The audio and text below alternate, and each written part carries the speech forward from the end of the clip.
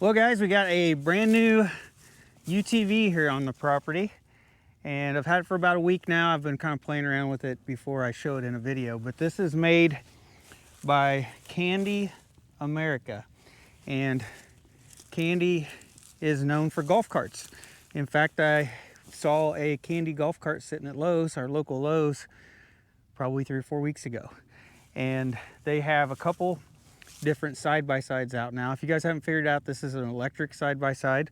It's a lot quieter than my other one, and I'm not a side-by-side expert by any means. I can only kind of compare it to the one that I have. It's definitely quieter, totally different experience, because you hear kind of the rattle of the tailgate a little bit, and you kind of hear the suspension and the gravel, and it's a different experience driving one of these. If you get on really smooth area, it's really quiet. But for me, my property is not smooth, so you can hear the suspension and everything working while you're driving it. And since this is a new side-by-side for us, we'll give you a quick walk around and show you all the features and everything. This does come with a lot of standard features that other ones don't have. So like I said, I can only compare this to my other side-by-side. It's definitely bigger, it's wider. When you look at the seat, it's a two-seater, but there's a lot more space in between the seats. So it's a wider machine. The bed is wider, and the tailgate has like a normal tailgate latch on it. Doesn't have those latches on the side like my other one does. And the bed has these built-in D-rings, and they are spring-loaded to keep them from rattling, and there is 4 of them on the bed. So on the back of the machine, it has a backup camera. I don't even have one of those on my truck. And it has a 2-inch receiver, and it's higher up than my other one. My other one's probably only like 8 inches off the ground, and this one's probably at least, 12, 14 inches off the ground. As we look behind the tire, you can see the suspension here, and you can see the drive shaft. It has dual motors. There's an electric motor on the back, and then there's another one on the front. So it's 4-wheel drive all the time. And you see it comes with aluminum mag rims, and it has 4-wheel disc brakes. So it does have these half doors that are standard, and the windshield that tilts open, that is standard as well. And as we walk around the front, it has a 3,500 pound winch, and the controls are in there on the dash. Doesn't have a remote to be able to use it, so that's a downside. This right here, this is like plastic. This is plastic, but all of the tubular stuff, this is steel. So all that trim right there makes it look good, but I wish, like that front bumper section, I wish that wrapped around in metal on the outside, and I feel like it was maybe a little bit more robust. And as we look in here, you can see the suspension here, and then you can see the other motor on the front right there. And this EPS, that stands for electric power steering. And yeah, you can just spin the steering wheel with your finger. So definitely, and most of those things I pointed out are stuff that doesn't come standard on the other side-by-side I have. So this is definitely got a lot of features that you normally would have to pay extra for. Of course, the roof comes standard as well. I do wish it had maybe a back glass right here, and maybe they can add that as an option later. And the roof, that comes standard, as well as the rear mirrors. And they even got handles to hold on to in case Rebecca's driving. So I'll probably have to get one of them slow-moving vehicle signs, and I'll probably have to mount it here on the back. That way I can drive up and down our county roads without getting in trouble. But it does come with turn signals, brake lights, headlights, about everything that would be normal for a street-legal vehicle. So to open the doors, the handle's actually on the inside right here, and then we can open it up.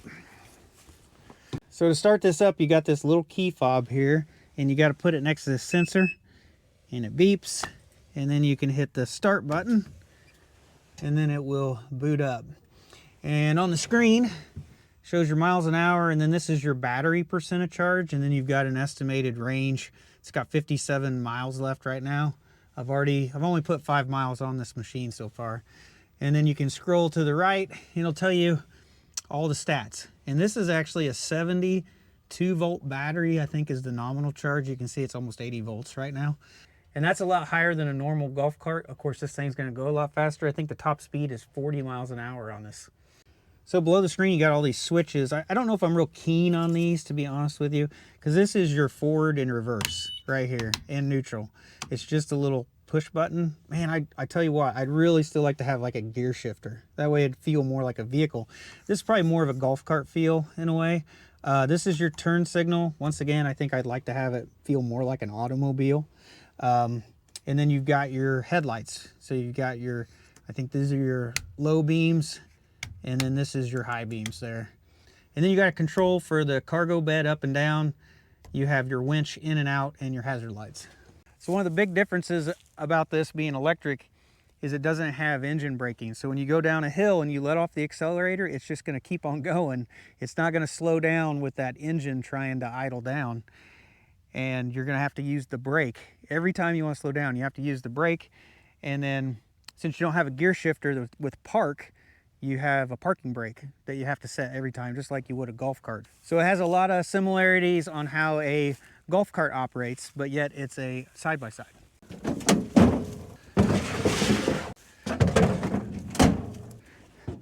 All right, we'll go ahead. We'll take this stuff back to the workshop. Then we'll take it out for a spin. I'll probably take it out on the road and go down to the creek and then try to drive back up, because that's a pretty good grade coming up that hill to our property. And it'll probably be a pretty good test for it.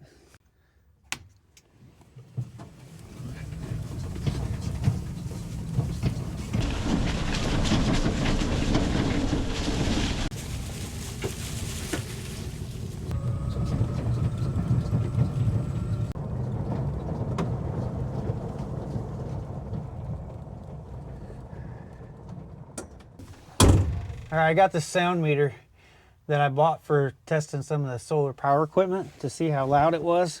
So I might as well use it to see how loud this is. We'll compare it to the other machine.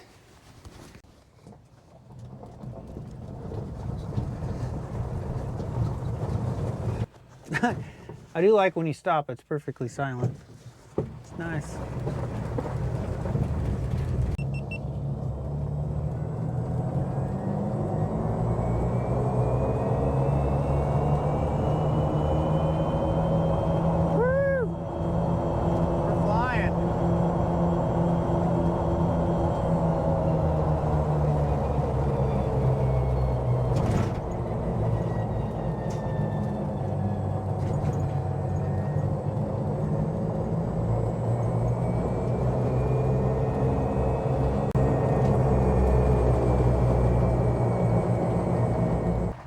Well, we got up to 39 miles an hour going down the hill, and then going up the other hill, it slowed down to about 26. It was the slowest. Now we'll go the other way.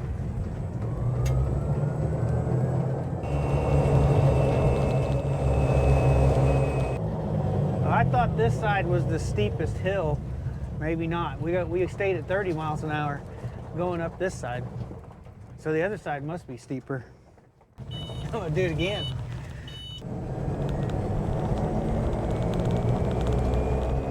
See how loud it is.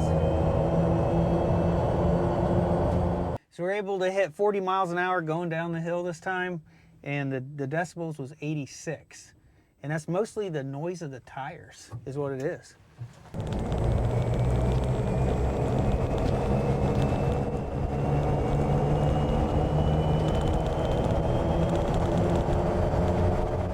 So with this UTV being electric, you just got to plug it into the wall and you can charge it. You don't need a special charger. So it comes with this cord. It's got your little charging plug that goes in the UTV. And on the other end, it's just a regular like household outlet. And of course you can actually change the end too. You can plug it into 240 volt plug if you wanted to charge it faster.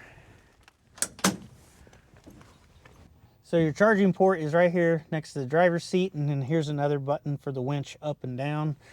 So you just open this up and you plug it in, and then the door is made to shut while it's plugged in.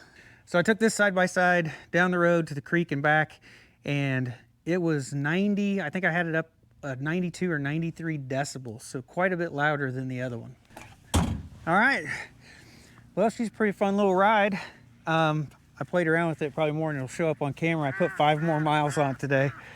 So yeah, I've been looking for a electric side-by-side for some time.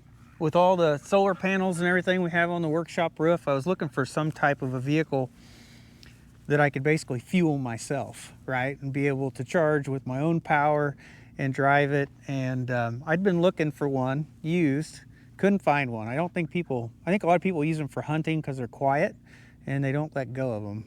Well, they seem very difficult to find an electric side-by-side, let's put it that way. So then I ended up getting the side-by-side from my parents.